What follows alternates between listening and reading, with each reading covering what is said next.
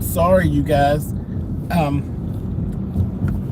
phone call coming in, child, and they wasn't saying the right stuff. So I'm like, no, no. No, no, no, no, no.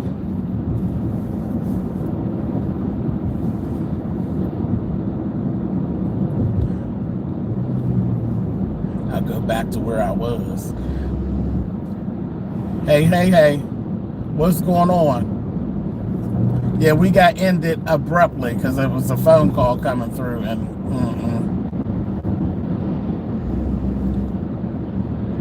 a mess. And I think it's because I'm generally when I do it, I don't. The phone calls won't come through like that.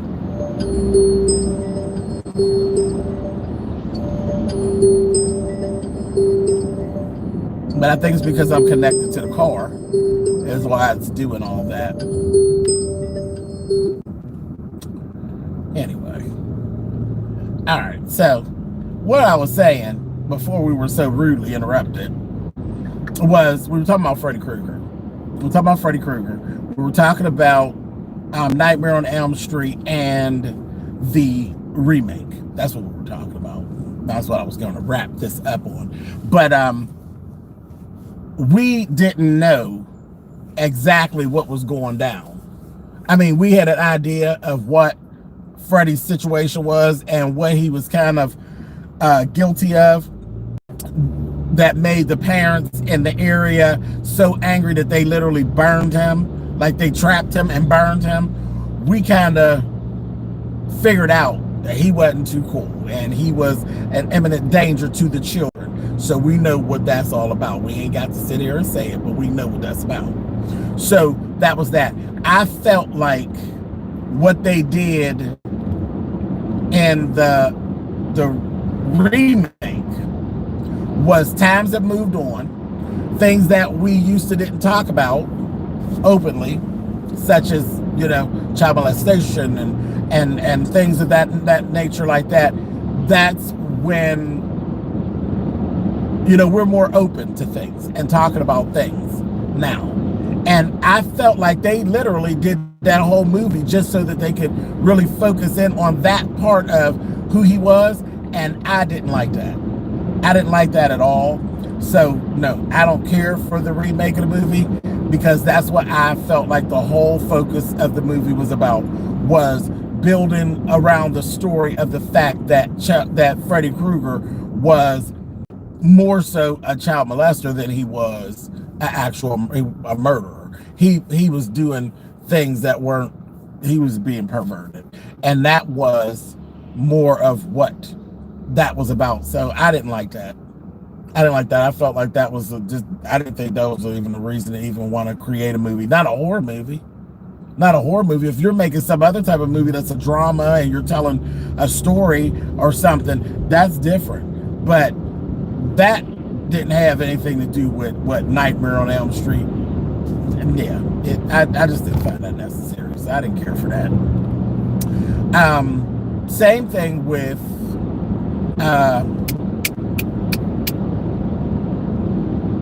Carrie. That last Carrie that they did, you redid Carrie, and the only thing you did was made it more gruesome. You made it more gruesome, and you tried to do some fancy things with the killings at the end of the movie. And I wasn't impressed at all. I wasn't impressed at all. I loved Carrie the way that it was. I thought it was perfect, just how it was. Thank you so much, baby. Thank you. I appreciate it. Thank you so much. Yeah, that movie was perfect, how it was. That ending, even right now, with it being an old classic movie and all that, that ending still is a jump scene. It still gets you. When her hand come up from the rocks and grabs old girl's arm, it still gets you, even when you know that it's coming. It was just done perfect. That movie was perfect the way it was. They're all gonna laugh at you. They're all gonna laugh at you. And that's the thing that I love about Stephen King. As much as deep as he is, as weird and scary as he is, He, yes, that Emily Rose child, she was really, as deep and scary as Stephen King is, and as far left of center as he is, he still has a sense of humor. And in his movies, you don't have a dark sense of humor. So you will always find something that he done found funny that most people don't find funny. So yeah, loved him, loved him. You said that hand scared the hell out of me. Right, I'm telling you, even now, and you know, I don't watch the movie 900 times. Because you know, I've done reviews. I've done reviews on the movie. You know, new version versus the old version. I actually did a whole review on it. Thank you, Tenor. Thank you. I still when he did it, when that hand come up, be like, ooh. every time.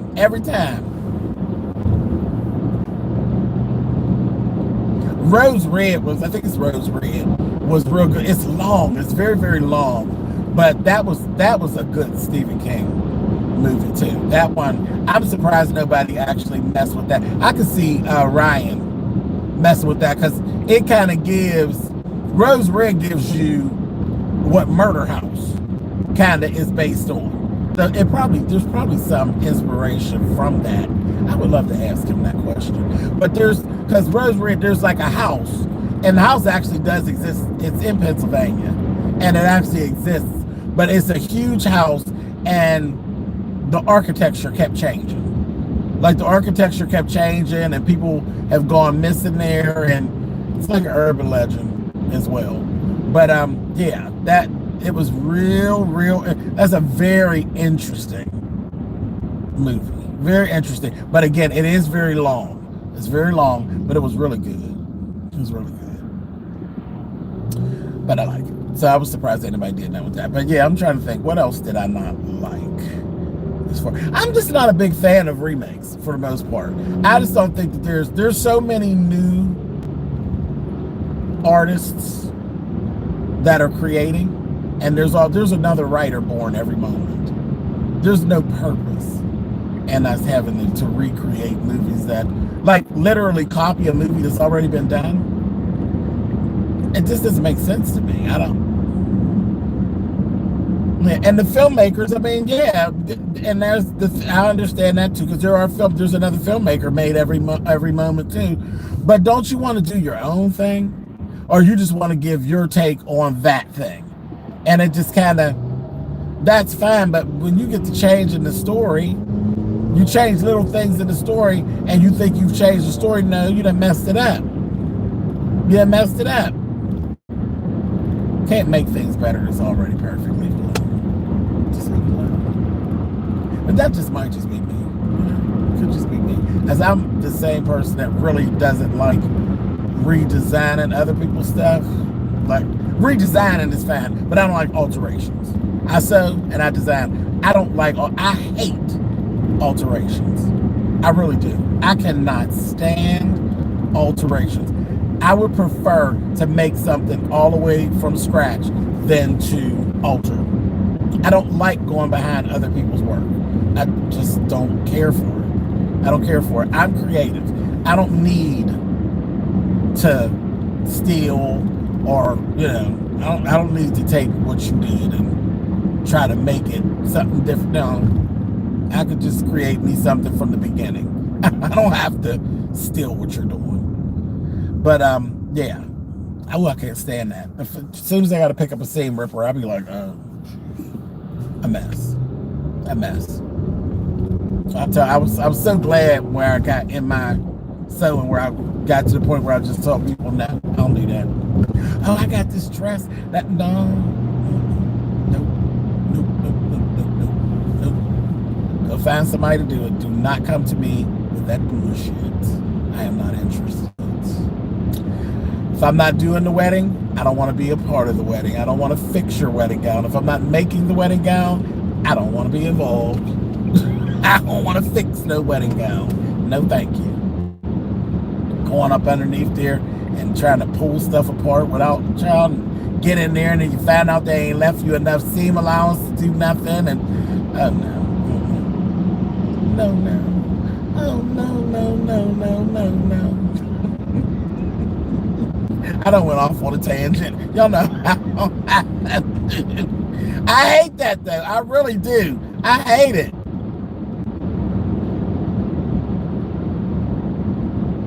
Thinner. Thinner was good. I remember Thinner. Thinner was a mess. Yeah, that's me and Chet went to see that at the movie theater together. Thinner, honey. Oh, that was a mess. That was a mess. Yeah, that was a mess. Hey, what's going on in the page? Yeah, that Thinner was something else, baby. Yuck. Yuck, yuck, yuck. Yeah, that was good. I like Stephen King a lot. I do. I like him. I just think he's so weird. So strange. He's another one that I would love to talk to, but I don't want to talk where it just be me and him. Sitting here. He's strange now. I'm like, you bring some friends and I'll bring some friends. Hey, I don't want to be stuck in here with you by myself. Your strange self, child. No, sir. Not when you get on your soapbox. Child, I can't help it. I can't help it. And I'll do it. And it's so funny because when I do it, I'll be like, oh, Lord. I'll be like, I can feel myself going there and I'll be like, child, all right, I can't stop. So I already see when my leg be going up there. I'll be like, child, I can't stop it, y'all. It just is what it is. Gary, get up on the soapbox. But, yeah, child, a mess. A mess, a mess, a mess. Then they tried to lure me into watching Fear Street. I said, now y'all know better than this. I pulled up that mess the other day. I said, I will cuss everybody out. I will get down here and cuss everybody out. Get right up on here and I'll go get my broom, honey, and clean y'all up, honey. How dare y'all try to send me over there to that? Y'all know good and well I wasn't gonna watch that mess. And good thing I pulled the middle one first. And that one was so totally Friday the 13th. I said, I'm not watching this crap. And they know better than this. I'm not doing it. It was horrible. I pulled up, you pull it up and it shows you the little trailer. And here come the girl in the damn cabin. I said, oh, no, you get ready to get messed up. See, you ain't up in the woods, no way. I got up out of there. I hate that. I cannot stand something about it. I just cannot. I cannot. I'm not the Camp Crystal Lake kid. I just can't do it. I hate it. I hate it so much. I really do. I can't stand it. And I will stop when I see too many trees, like it look like a wooded area. Listen, when I first went up to my house, I had to look real good across the street because I was like, what is that? What's going on over there? It's like, oh, that's just their trees. They got tall trees and stuff on the side of their house. I was like, child, I know good and well this house ain't sitting across the street from no goddamn woods. Because, baby, we ain't got to look at it. We can keep it moving. I don't play around with the woods at all. Got a real issue with the woods and always have. I don't like the woods. The woods don't mean you no good, child. I don't camp. I don't even want no s'mores. You understand? I ain't got time for that. I ain't got time for that. I ever find myself in a little situation, whoever it is going to have to learn how to run on flat ground, baby, because they won't get the chance to. You know how they always chase somebody? They run them into the woods. You're not running me into the woods, baby. We're going to go ahead. We just go toe to toe, blow for blow, out in the middle of the highway, because you're not going to chase me in the woods, because I'm not going in. I'm not going. You're not going to chase me into the woods. You're not going to chase me down into a basement. I'm not going. The only basement I'm going in is my own. And if you chase me down in my basement, trust me, you'll be a sorry ass, because ain't but one of us coming up. And we all know who that is, the person. Their name is on the mortgage. That's the only one coming up out of that basement. But I promise you, I would never let you chase me into your basement, nor into your attic. No, no. Basements and attics are the beginning of the end. Why are you running down there? That's the beginning of the end. And we all know it. When we sit watching them movies, baby, soon as you see him grab that door, you be like, oh, bitch, no. That don't do it. Girl, they got you, bitch. Child, you know that's the beginning of the end. Quit your playing. You know good well your ass is grass, honey, and in the attic. What you going up there for? Child, you gonna run upstairs. Ain't nowhere to go in the attic. Where you going? The only place that you can get some type of comfort in an attic is if you over at the Charm Girls' house. Now, if you run up in their attic, then baby, you cool. Because all their ancestors is up there and they'll help you out. But if it ain't their house, you understand? If it ain't Paige, Prue, and Piper, and you run in the attic, baby, that's the beginning of your end, honey. You're going up in there, ain't nothing but evil spirits up in other people's attics. You don't know them people. You don't know them. But you know those girls, the Charm Girls, their people up in their attic is cool. You know, you get up in the attic, you get tore at if you ain't doing right. But any other attics, beginning of the end. Nope. Basements are out. Woods is a no. Chasing nobody in the damn woods and running in the woods. You get on the highway. You run down the yellow line, dummy. You run down the yellow line. You don't run into the woods. You already know that the killer done scouted the woods. They live there. They know.